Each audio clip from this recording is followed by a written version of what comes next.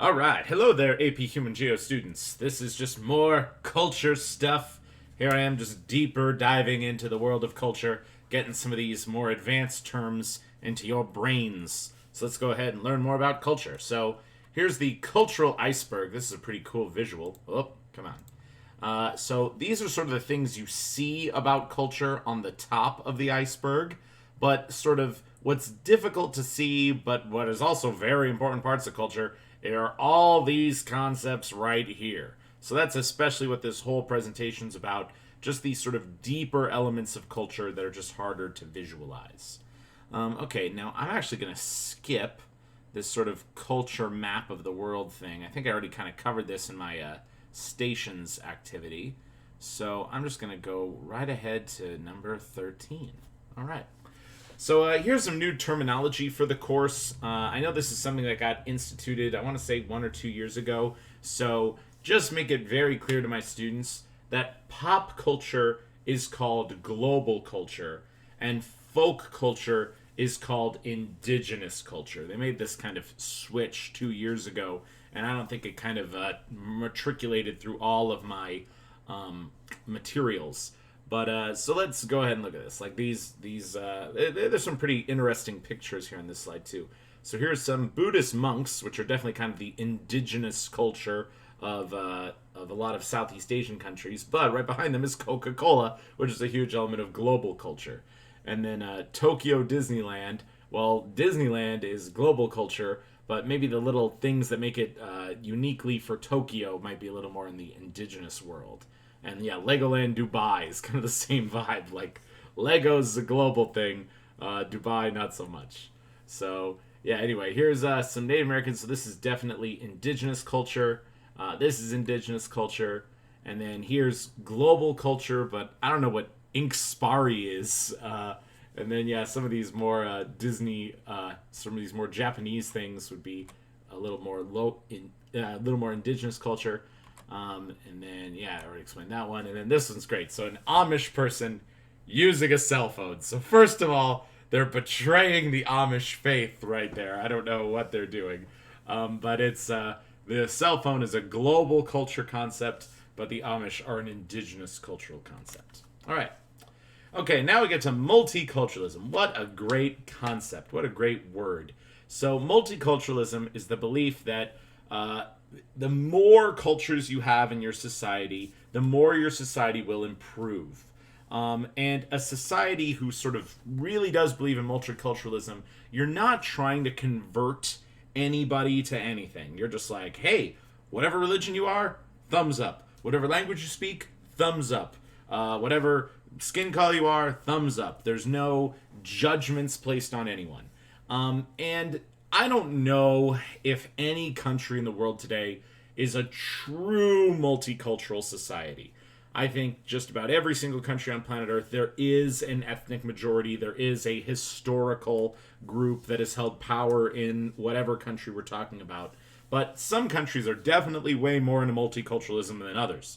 I can definitely think of some examples of countries that are against multiculturalism, countries that will force minority cultures to convert to the main culture, cultures that will oppress minority cultures. And for the most part, the Western world is a hub of multiculturalism. I mean, we could definitely have some big arguments about it, but for the most part, you come to Europe, the United States, Canada, Australia, you're going to be included in society and you won't be forced to change your cultural ways. The Arab world and East Asia, not really known for their acceptance of multiculturalism. And the thing is, well, East Asia, there's some definitely culturally unified countries. But the Arab world is, for the most part, a pretty multicultural place. But yet there's so many different countries in the Arab world. And what we're finding is more and more as we go on into history, these countries are trying to be more distinct from each other and saying, we don't want to deal with anybody who doesn't speak like us, look like us, and have our same religion. So that's kind of messed up. But I'm a big fan of multiculturalism. All right, so let's check out some of these pictures here. So here's a bunch of Sikh dudes hanging out, and I think this is New York City. So what up, my Sikhs? Thumbs up to y'all. And then, yeah, Canada is strong because of their differences. Good job, Canada. Be multicultural. Accept everybody. Good stuff. And then, yeah, here's some Australian people showing off their various cultures of Australia. And then, yeah, BBC, they've got Muslim women working there. That's cool. And then here's where we're not looking at multiculturalism anymore. So this is some street signs in Saudi Arabia. And if you want to go to the city of Mecca, you must be a Muslim. Even if you are some kind of religious scholar who's like, I'm a Christian. Like, I just want to see what, Mecca's about. Not going to cause any problems. Just kind of like a tourist. They will not let you in. You have to be a devout Muslim. You have to prove how Muslim you are. So they even divide up the roads leading into Mecca, saying that if you're a non-Muslim, you got to go off to the right. Can't go to the holy city. Bye-bye. I think that's kind of messed up, because I know that in the Vatican City, the Catholic Church, they don't care what religion you are. Anybody can come in there, pay the $10, and check out the cool things that are in the Vatican. It's like a big old museum. But the Arab world will not treat you the same way. And then here's a little picture showing that if you are a woman in the Arab world who cheats on her husband, you will get killed in this way. They will bury you half in the ground, tie a cloth over your head, and a mob of people will throw stones at you until you are dead. So that's pretty hardcore. Definitely not open to women being able to, express themselves and to be able to get out of abusive relationships. And then, yeah, here's just more stuff about the roads in Saudi Arabia. And I thought it was interesting, the languages that are on the street sign here in Saudi Arabia. It's first Arabic, then English, then looks like French, then Italian, then Spanish, then Japanese, then Korean. I really didn't think Korean would be included on the street signs in Saudi Arabia. That was interesting to me. So this is what I want to comment on it. It's kind of multiculturalism that they have the street signs in, 8 different languages, but it's also not multiculturalism because, hey, if you're not a Muslim, you gotta get off the road here. Okay, this shop is exclusive use of a Japanese only. They say it in Japanese, English, and Korean. So they're like, we don't want you if you're not here. Oh, they say Chinese as well, so not into multiculturalism. Sorry, Japanese customer only. So rude, Japan, so rude. Okay, Japanese only, yep. And then we will start the Tsushima massacre like the Nanjing. Oh, wow. Oh, Japan, here you are saying you're gonna massacre Chinese people again. So rude, Japan. Okay, you know what? You're doing this to yourselves. You're not reproducing your population. Maybe you should just go. Okay? Like, we've got enough anime. We'll be fine. Alright. So, going along with multiculturalism, there's this concept called cultural relativism. And it's believing that no culture is better than any other and not judging people and their cultural norms. So it's very similar to multiculturalism. Multiculturalism, it's saying, I'm not going to push my culture on you. Cultural relativism is saying there's no culture better than any other. So you could be a person who's like super duper proud of your culture and then also be like, whatever, you can do whatever other cultures you want. But a cultural relativist is someone who's sort of like outside of the culture war entirely, and they're just saying everybody's on equal playing field. But now we're getting to the opposite end of the spectrum. Ethnocentrism. Ethnocentrism. I think I said that word wrong already. But ethnocentrism means I believe my culture is the best and all other cultures are trash. Okay? So I'm going to go through these pictures and now try to identify which picture connects to which concept. But an ethnocentrist will always be a racist. So ethnocentrism, bad. Multiculturalism, good. Cultural relativism, I mean, it's sort of in the middle. It's kind of like saying you don't really care either way. A cultural relativist would not be an ethnocentrist, because a cultural relativist is just, whatever culture you are, doesn't bother me. So Let's check it out. Okay, so I think this is a really interesting picture to analyze. So we've got this white woman in a bikini saying, everything covered but her eyes, what a cruel male-dominated culture. So this white woman is interpreting her culture as being this open place, able to do whatever she wants, and she's saying the Muslim woman is like dominated by the men. And then the Muslim woman says, nothing covered but her eyes, what a cruel male-dominated culture. So nothing covered but her eyes, everything covered but her eyes. So it's sort of saying that both styles of female dress can be used to argue a male-dominated culture. Like the white woman is saying that, oh, the men won't let you wear the clothes you want to wear. That's, bad for your culture. But the Muslim woman is saying, you're looked at as a giant sex object. You're not covering yourself up. Men are going to be, looking at you with these sex predator eyes. So it's interesting to see that both sides will argue that their style choice is a way of countering male culture. So it's just interesting to me. Okay, and then diversity matters. Yep. So this is cultural relativism. Whatever culture you are, don't care. You're all equally cool. All right, what do we got here? You're now part of the British Empire. We've come to civilize your barbaric ways. You really ought to be more respectful of other people's cultural beliefs. Yeah, well, maybe you need to be more respectful of my cultural belief that I need to conquer the world and own everybody. Touché. Yeah, the British were definitely ethnocentrists. They took over the whole darn world. Okay, and then, here's cultural relativism. All the cultures are represented. That's pretty great. And then, this is a picture of apartheid in South Africa. Apartheid was absolutely ethnocentrist. It was dividing people based on their race, saying that whatever race you were, you're in certain classes of society and you couldn't advance. So that's really, really messed up. No Irish, no blacks, no dogs. Dang. That's ethnocentrist for sure. Why you gotta throw dogs in there? Like, oh gosh, that's really messed up. Okay, and then here's the Nazis. Pretty historical example of ethnocentrists, no doubt. And then try some deep-fried crickets. They're delicious. I think I'll pass. Thanks. So this is obviously the least intense picture I've shown so far, but in a way, this is ethnocentrist. This dude doesn't want to try these deep-fried crickets. They're like, that's your culture. I don't like it. It's weird to me. So when we get down to it, this is an example of ethnocentrism. It's just not a very extreme example. She's our gift to the people of Iraq. I can't wait to see her unveiled. Oh no, I think she's perfect just the way she is.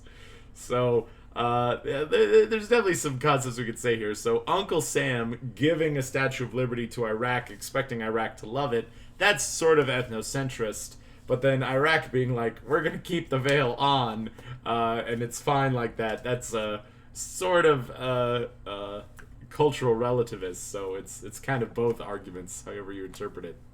I've already talked about this. The roads in Mecca, it's definitely ethnocentrist.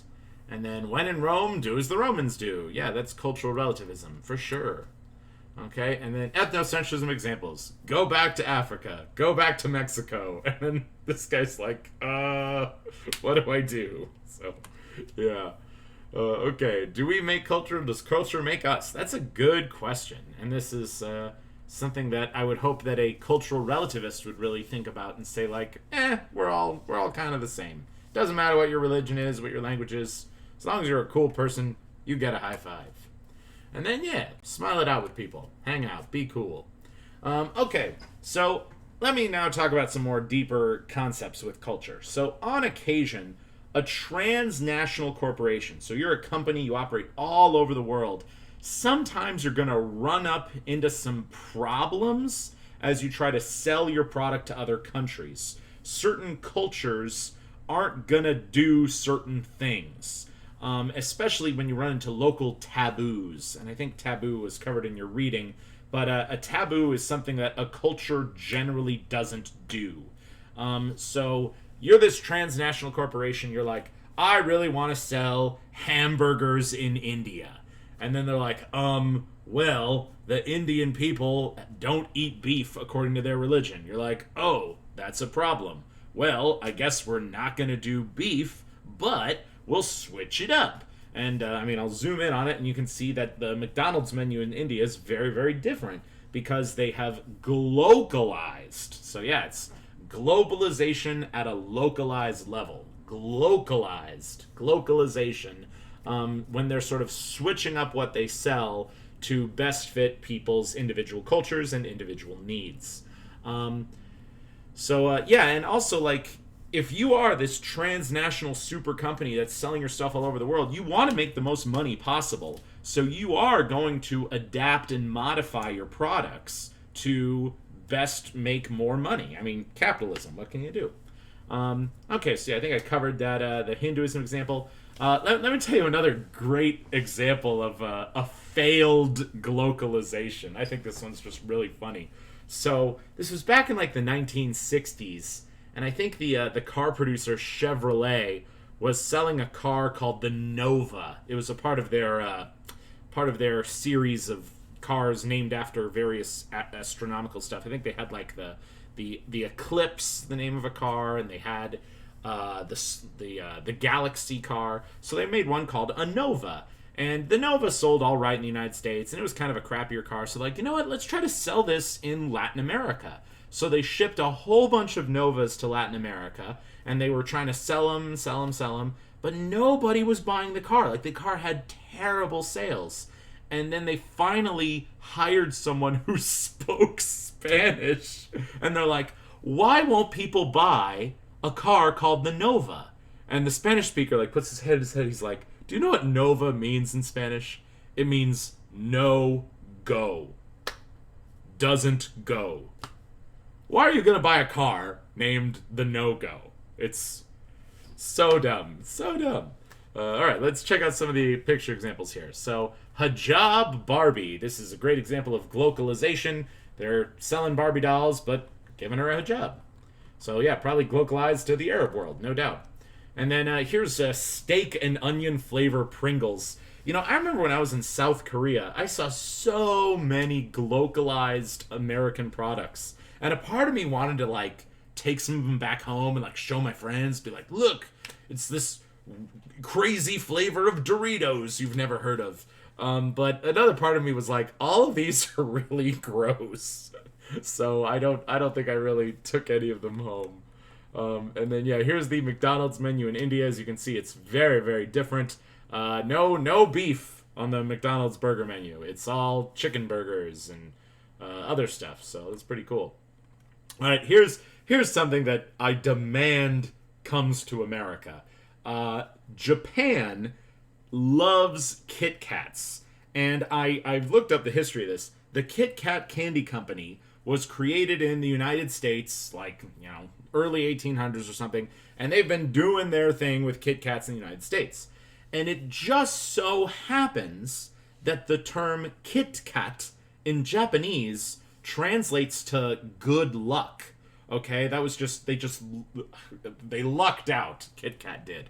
So as soon as Kit Kat bars came to Japan, they were very, very popular. And it sort of became this, like, tradition in Japan, like, if you were about to take a test, or if you're about to, like, run a race, or if you're about to do something kind of important and people wanted to wish you good luck, Japanese would give each other Kit Kat bars.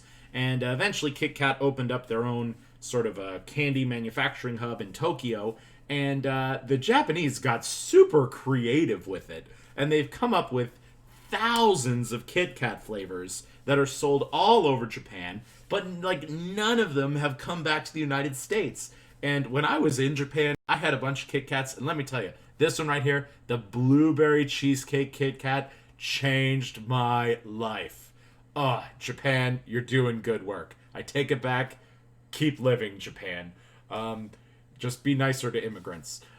So anyway, if any of you ever end up going to Japan, I demand that you hunt down some of the unique flavored Kit Kats and you bring them back to me, because I'm a big, big fan. Okay? Japanese Kit Kats, thumbs up.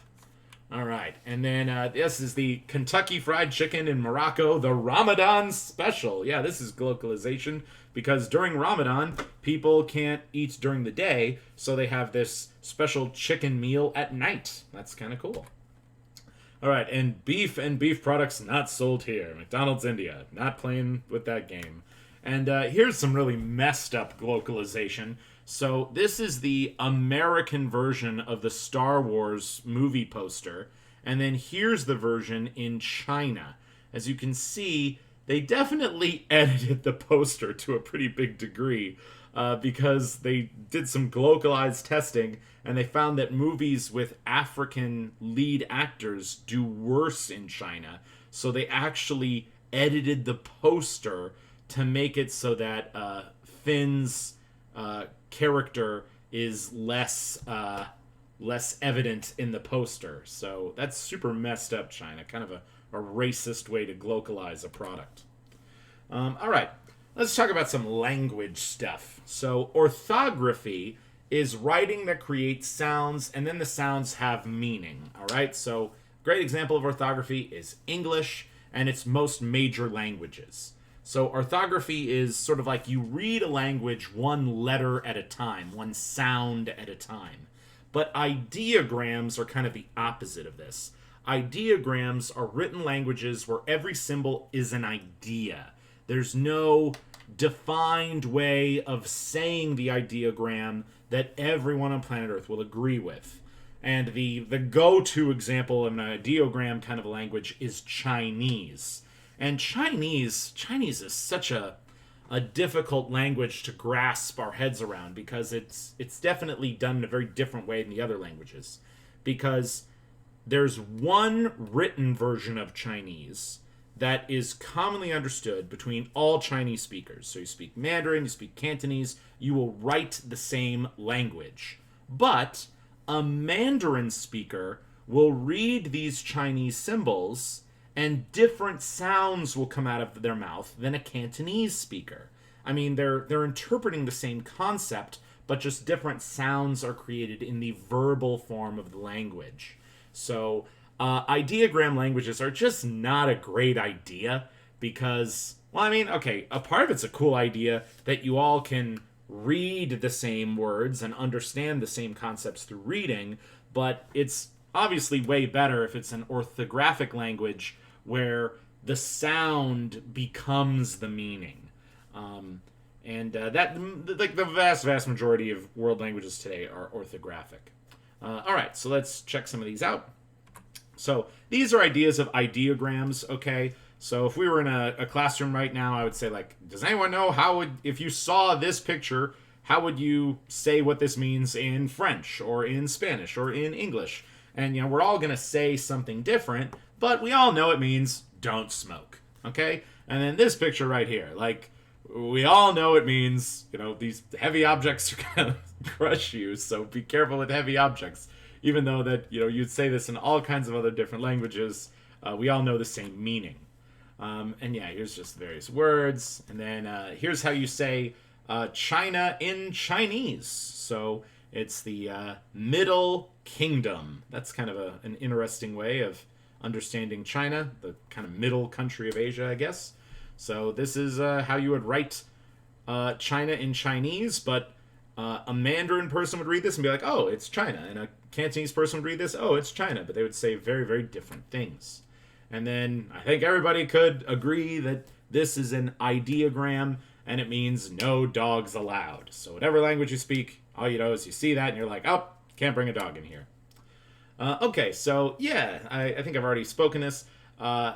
Chinese is spoken 100% different depending on the dialect. Cantonese and Mandarin sound totally different. They've been branching off from each other through all of history. And it's simply just because China's so darn big.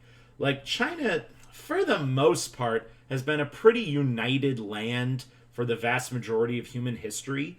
But it's just simply the distance and the mountains and the very limited interaction on a person-to-person scale that all these different dialects developed from the way Chinese is spoken. And there wasn't really a unified linguistic connection with China, other than the top-ranking Chinese that all generally spoke Mandarin.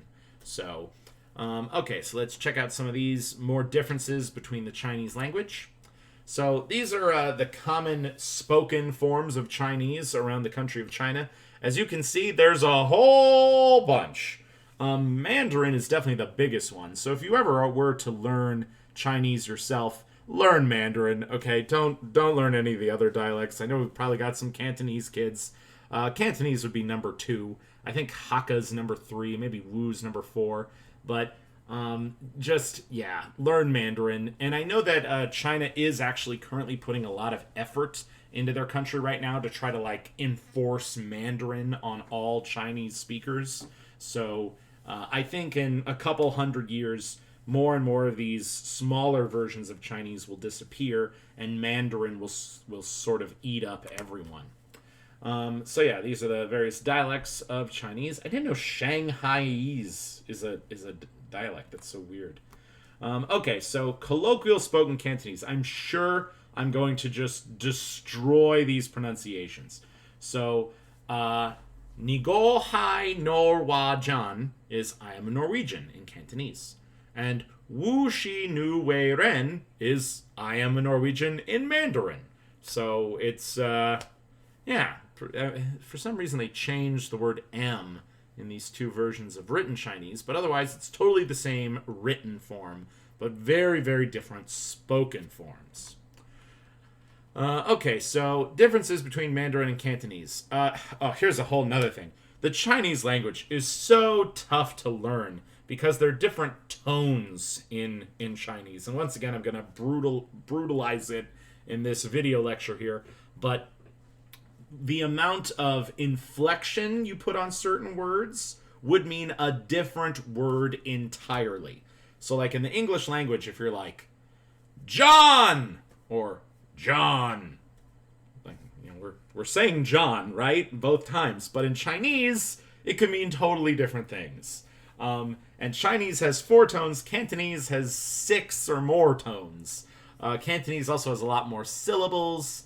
Cantonese has a lot more differentiation. So, and I do know this from studying the different versions of Chinese. Mandarin is the simplest version, and the Chinese government is trying to make it even more simple over time, just to make it a more open language to the rest of the world. But it's very, very complicated, and if you're learning Chinese, I give you a whole lot of credit because you're going to make a lot of money in your life. But it's tough. Okay? So yeah, here's other different versions of Chinese. Alright, cool. So sometimes languages translate easily, and other times they just work in mysterious ways. So let's check out some interesting examples of this. So, sir, we found this, and we need you to name it.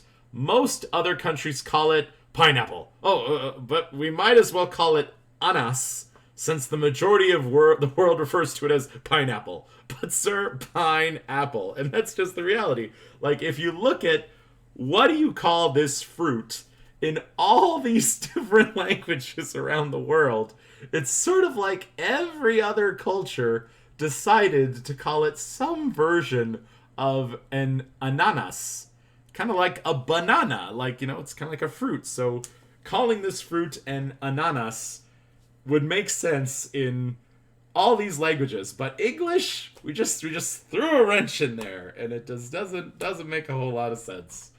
Okay, so I don't even want to read this. I just thought it was really funny, and it shows how language is misinterpreted. So, and then the language tree of the world. Who knows how it all worked out? And then this one's cool. So Indo-European words for two. So we can see through studying just the word two, as in like the number, that there was a Proto-Indo-European word called duo. Duo. And duo morphed over so many years through so many different languages into every single version of the word two in all the languages of the Indo-European universe. And it's kind of fun. Usually I got some kids in the class that know some of these other languages, and you can comment and say like, oh wow, like it's either two or do or duo or do. So it's all so similar, and that's how linguists figured out how so many of these languages are related to each other by looking at some of these really simple words, like the number 2, for example. All right. Okay, so, all these are about religions. I'm going to do these on another video. All right, peace out.